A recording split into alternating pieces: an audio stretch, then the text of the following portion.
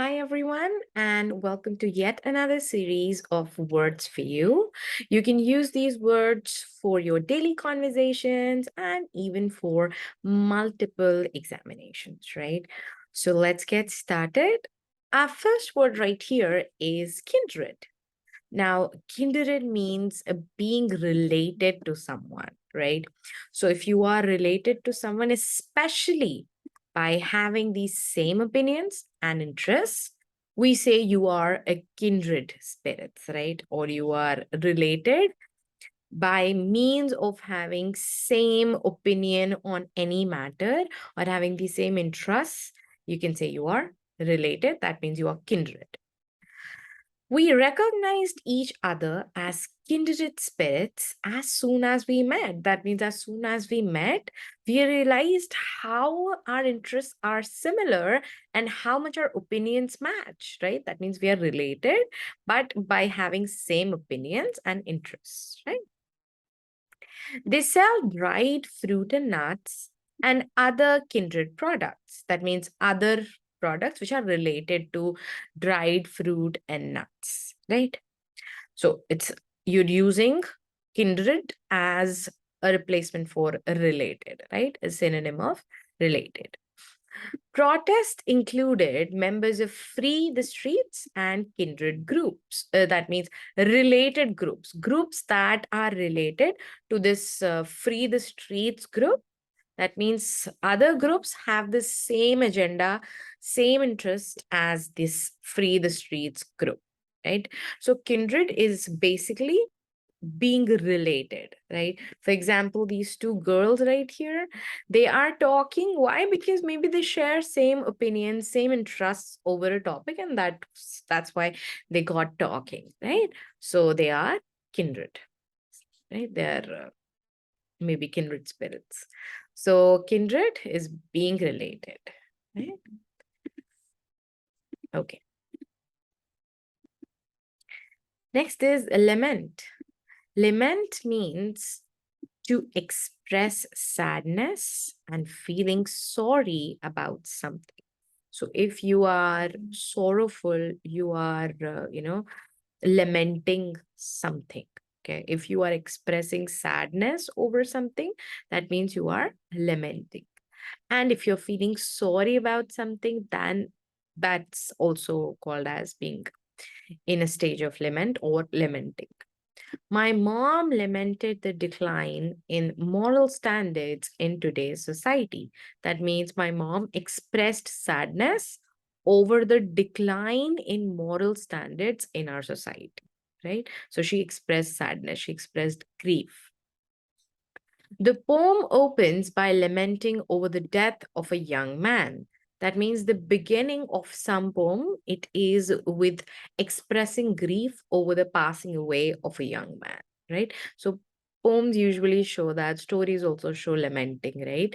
Crying over someone, expressing grief, expressing sadness. Mike's lament was that his schedule kept him away from his family. That means Mike was feeling sorry and was sad over the fact that his schedule was not letting him get involved with his family, right? So Mike's lament was that his schedule kept him away from his family, right? That is lament. You can see these two girls are expressing sadness, right? Maybe they are sad over some mishappening that happened recently in their life. So they are lamenting. So you can use lament as a verb itself, right? You can use lament as a verb. You can say lamented to show the past, right? You can say lamenting, right? Like she is lamenting. You can show it in continuous and present also, right? So that is lament, to express sadness and feeling sorry about something. Next is a latitude. Now, a latitude means freedom to behave, act, or think in the way you want to. Now, latitude, longitude, generally we see in geography, right? But latitude also means the freedom to behave in the way you want to behave, freedom to act the way you want to act, and think the way you want to think, right? So judges now have considerable latitude in sentencing. That means judges have the freedom to act however they want if they want to give a sentence, right? That means pass a judgment. So judges now have considerable latitude. That means considerable freedom to behave in whichever way they want. A new ruling gives the people wide latitude on freedom of speech. That means a new ruling has been done, right? There is a new rule that has been passed, and this rule will give people more freedom to express their speech, right? So this has given them more freedom of speech. It's a latitude, freedom to behave in a way they want. That means they have the freedom to speak whatever they want to say, right? The foundation has wide latitude in how it structures its sponsorships. So then again, freedom is there with the foundation, right? In the structuring of the sponsorships, how they would sponsor someone, they have the freedom for that, right? So latitude means a freedom to behave in a certain way, act in a certain way, or think in the way which you want to. Okay, that is latitude.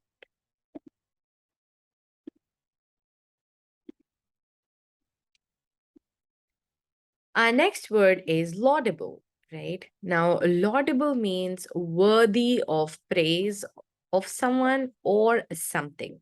Now, we say the word applaud, right? So just remove the app from the applaud.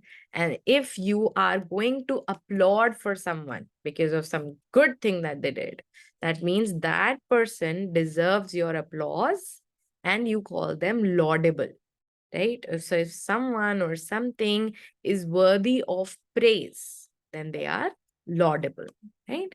So it comes from like you're applauding for someone. So that person is laudable for whom you are applauding. Okay. His noble ideas and polite behavior are laudable, right? So his noble ideas and his polite behavior is worthy of our praise. One of Emma's less laudable characteristics was her jealousy. So Emma's characteristics involves one less worthy of praise characteristic, and that is her jealousy. So her jealousy is something that we are not praising. Okay, it's less laudable. Preserving our natural environment is a laudable goal, right? So if someone is trying to preserve their environment, that means they are worthy of our praise, right? So that's a laudable goal. So laudable means worthy of praise of someone or something, right? Okay.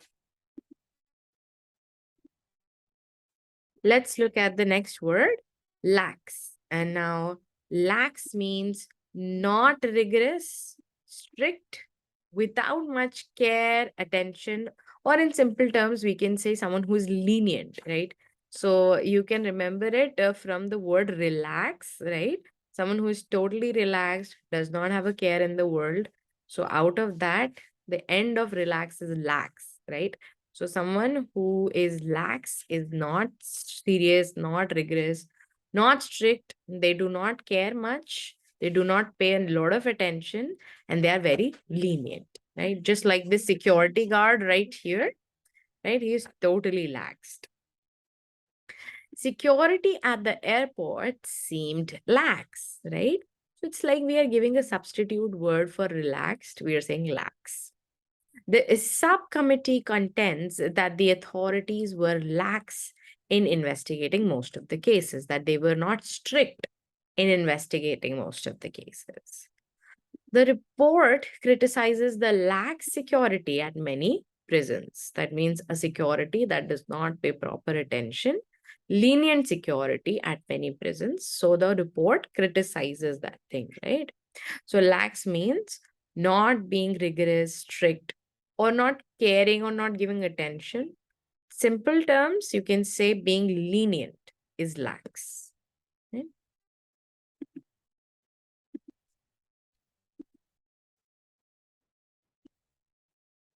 All right. Next is a layperson. A person without professional knowledge in a particular subject is a layperson. So if there is a person and he or she does not really have knowledge about a certain topic that is ongoing, they are the layperson. The layperson cannot really understand mental illness. If someone is not suffering from, mental illness or has never encountered mental illness, that means they would not understand it themselves. And we can say that they do not have proper knowledge about it. So that would be a layperson, right?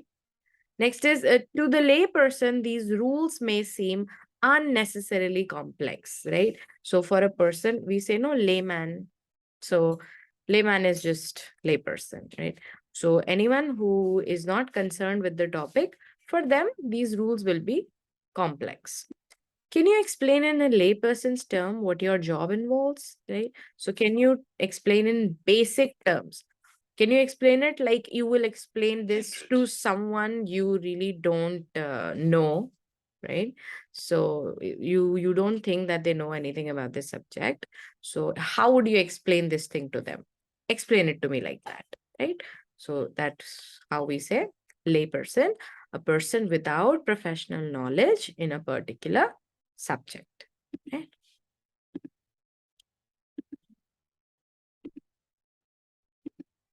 Next is Leonize, right? Now, if you view or treat someone as a celebrity or an extraordinary person, right? Then you say you are leonizing them, right? For example, the press began to leonize him enthusiastically, right? They were treating him like a celebrity, like an extraordinary person, right? Soldiers had a chance to become heroes, but no refugee was leonized. That means they had a chance to become hero, but none of the refugees were treated extraordinarily. King was leonized by the community. That means the king was treated like a celebrity or like an extraordinary person by the community. Right? Okay. You can see right here, this guy seems like a great scientist, has achieved a lot, maybe even a Nobel Prize, and he is being leonized by people. He's being treated like a celebrity, like an extraordinary person. Right. Next is a long wind. One second. Yeah. Long-winded means speaking or writing at too great a length, especially in a dull way. You must have met people who have long speeches and they write in long manners, like the text is too long and it's dull, it's boring, right? So if you're speaking or writing in great lengths, like at great lengths, then you just have a long-winded speech, right? His speeches tend to be rather long winded, or the manifesto is long winded, repetitious, and poorly drafted. Her letters do tend to be a bit long winded. That means they just keep going and going, right? And they make it dull for us, right? And I don't think any good orator would do that. They would drag their speech. That's not what they do, right? A good orator would always ensure speaking less, but with more power in it and more meaning in less number of words, right? Okay. Next is loquacious. Now, loquacious means having the habit of talking a lot and excessively. There is another term, garrulous, right? So if anyone talks a lot, like certain, certain men who are really irritated with their jobs, they have a habit of speaking a lot. My boss did this, my boss did that. Really didn't want to say certain women because everyone says that women talk a lot. That's not true. Men also talk a lot, right? Okay, so loquacious means having the habit of talking a lot and excessively, right? I was talking, as one always does, to a loquacious taxi driver. Now, the taxi driver is someone who has the habit of talking a lot and excessively, right? So I'm talking to that person. The normally loquacious Simpson had nothing to say. Simpson, who would generally be talking a lot, he had nothing to say. Jack became loquacious on his favorite topic. That means Jack started speaking a lot and excessively only when it came to his favorite topic, right? You can see this cute little kid here trying to talk a lot on the phone. So he's also going to be a loquacious speaker one day, right? So loquacious, having the habit, talking a lot and excessively, or you can also say garrulous.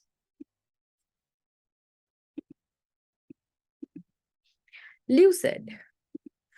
Lucid means easy to understand or articulate, something which is articulate. That means it's clearly understandable, right?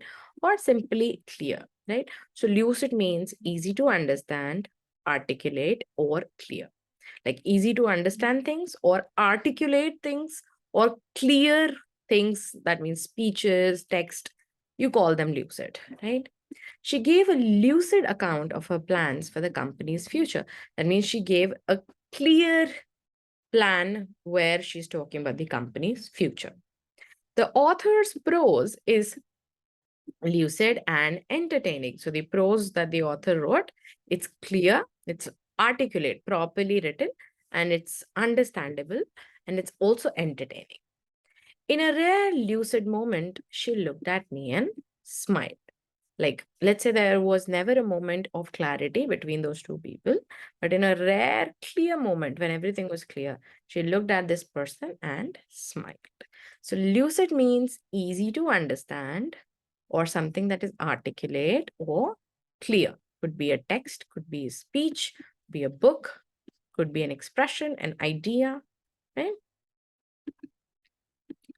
Okay, time to revise. Lucid, as we just discussed, anything that is easy to understand, or we can say anything that is articulate. That means it has been put in such a way that the audience or the listener comprehends it or understands it well.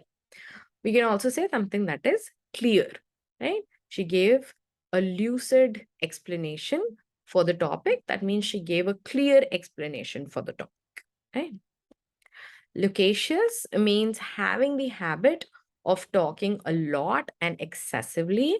Another synonym, loquacious, right? So if you want to say that someone speaks a lot and speak excessively, they are loquacious, right? So sometimes taxi drivers are loquacious because they start talking to anyone and everyone sometimes, right? So yeah, loquacious. Long-winded speeches that are really long or dull, you know, it could be a text, writing, which is really long, or a speech that is really long, and it is also dull. That means even though it's lengthy, like along with being lengthy, it also has that boring element in it, right? Like our principals or our any chief guest who would come at the annual functions or any program in school and they would keep on speaking and speaking and speaking, right?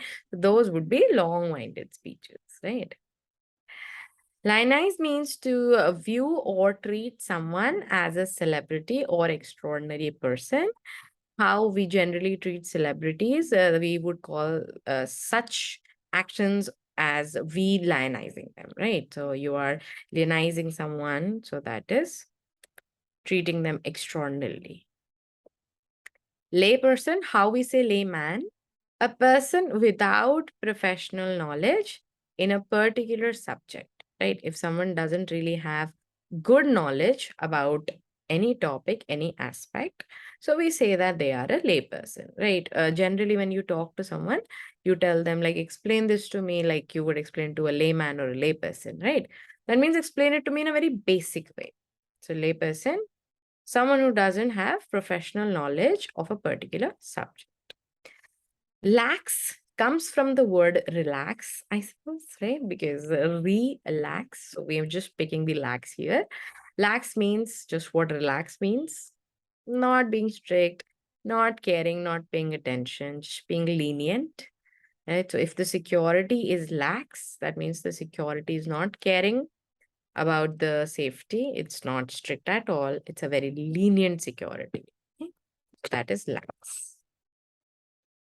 Laudable, anything that deserves your praise or anyone's praise, anything that's worthy of praise is laudable. That means it deserves an applause, right? So if you applauded for someone, right, so that thing is, or that person is laudable, right?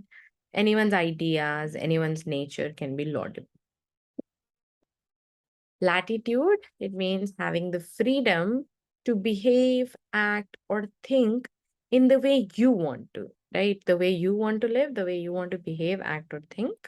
That is latitude. So some people, like, let's say we do have latitude in our families nowadays. Why? Because earlier our parents were not allowed to do certain things, go to certain places, enjoy a party like us, right? But we do have the latitude for it, right? We can behave or act or think in the way we want to, right? Lament. Lament means to express sadness or feel sorry about something. So you can lament someone's, like, let's say someone lamented someone's death. That means they're expressing sadness. Or someone can lament a loss, maybe a downfall of a company, right? So expressing sadness is a lamenting, right? Kindred means being related to someone, right? Especially when they have same opinions and interests, right? If two people are connected because they have same opinions, same hobbies, same interests, then we'll say they are kindred. That means they are related because of opinions and interests. So generally friends are kindred spirits, right? Why? Because they became friends because of having same opinions or same interests, right? So that is kindred. All right. Thank you so much, everyone. Take care.